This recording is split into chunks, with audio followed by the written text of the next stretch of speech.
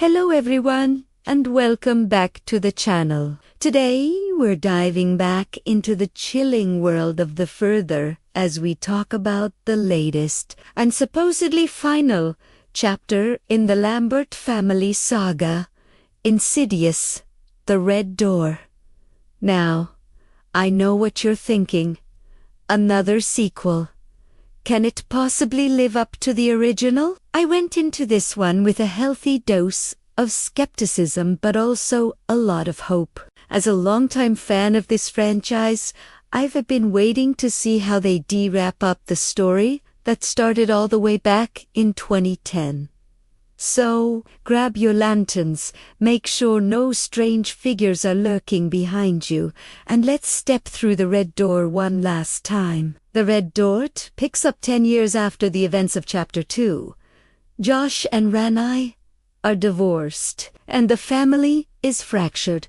The core of the story revolves around Josh, played once again by Patrick Wilson, who is also making his directorial debut here, and his now college-aged son, Dalton, played by Simpkins. Both of them had their memories of the further suppressed, but as you can imagine, those memories don't stay buried forever. Dalton is heading off to art school, and Josh is trying to reconnect with him, but there's a huge emotional chasm between them. Neither of them can quite remember why, but we, the audience, know exactly what haunts their past. This setup is brilliant because it's not just about supernatural scares. It is a deeply personal story about a father and son grappling with shared trauma they can't even articulate. Patrick Wilson stepping into the director's chair is one of the most interesting aspects of this film. You can feel his intimate understanding of these characters and this world. He doesn't just rely on cheap jump scares. Instead,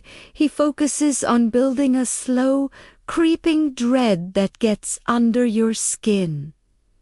The atmosphere is thick with tension. He uses silence and shadows masterfully, reminding us that sometimes what you do ente see is far more terrifying than what you do. There is a particular scene involving an MRI machine that is just expertly crafted to maximize claustrophobia and anxiety. It's a standout moment that proves Wilson has a real knack for horror direction. He understands that the psychological toll on the characters is just as important as the ghostly apparitions. The performances are a real highlight.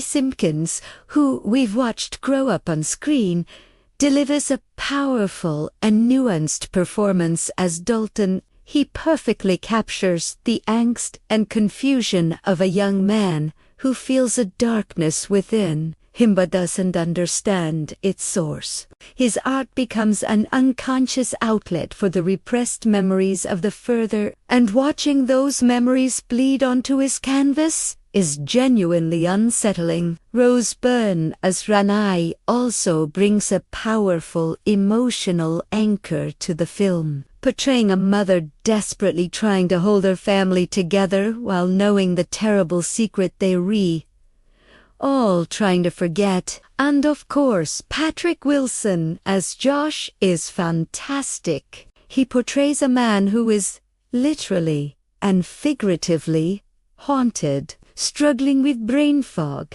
and a sense of disconnection that is heartbreaking to watch.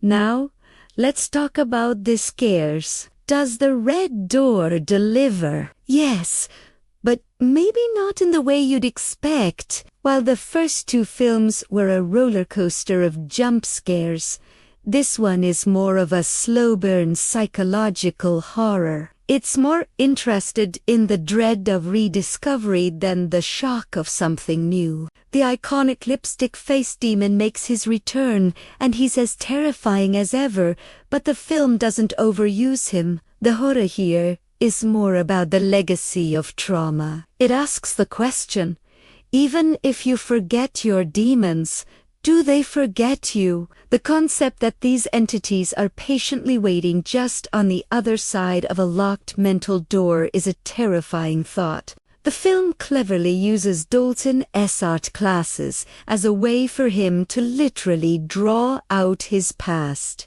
unlocking those forgotten terrors piece by piece. One of the things I appreciated most was how the film ties everything together. It acts as a direct sequel to Chapter 2 and brings a sense of finality to the Lambert story. It's not just another random haunting. It's the culmination of everything they've been through. We see the long-term consequences of their journey into the further. The memory wipe that was supposed to save them has instead created a new kind of prison, preventing them from healing and moving on. The film explores themes of memory, grief, and the burdens we pass down through generations. It's a surprisingly mature and emotional take for a mainstream horror sequel, which was a welcome surprise. Of course, no film is perfect. Some fans might miss the more relentless pace and jump-scare-minded style of the earlier films. This movie definitely takes its time to build its characters and their emotional conflict. Also, while it was great to see some familiar faces, I do wish we had a little more of the classic paranormal investigator team.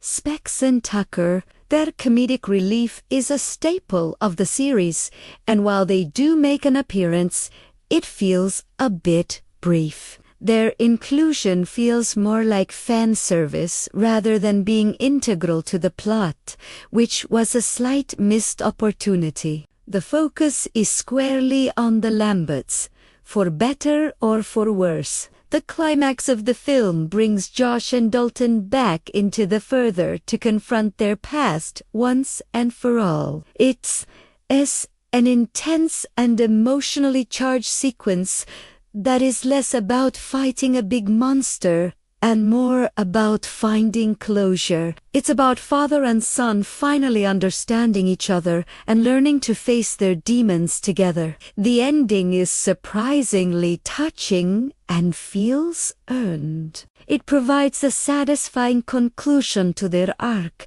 suggesting that while the door to the further might always be there, they now have the strength and knowledge to keep it closed for good. It's a message of healing and family resilience, which gives the film a hopeful undercurrent. So, what's the final verdict on Insidious? The Red Door. Primera vez I was really impressed. As a directorial debut for Patrick Wilson, it's a huge success. He proves that he knows this genre inside and out. It's a film that respects the lore and the characters that came before it, while also standing on its own as a compelling story about family trauma. It's more of a dark family drama with horror elements than an all-out scarefest. And if you go in with that expectation, I think you'll find a lot to appreciate. It's a fitting and emotional send-off for the Lambert family, bringing their story full circle in a way that feels both haunting and heartfelt. If you're a longtime fan of the Insidious series, this is an absolute must. It provides the closure we've been waiting for. If you're new to the franchise, you might be a little lost, so I definitely recommend watching at least the first two films to get the full impact. Overall, The Red Door is a strong, character-driven horror film that proves sequels can still have depth and heart. It's a reminder that the most terrifying ghosts are often the ones that live inside us. That's all for today's review. What did you think of Insidious? The Red Door? Did it live up to your expectations? Let me know all your thoughts down in the comments below. I love reading your opinions and discussing these films with you. If you enjoyed this video, please give it a thumbs up, and if you haven't already, consider subscribing to the channel and ringing that notification bell so you don't miss any of our future content. Thanks so much for watching, and I'll see you in the next one. Stay safe.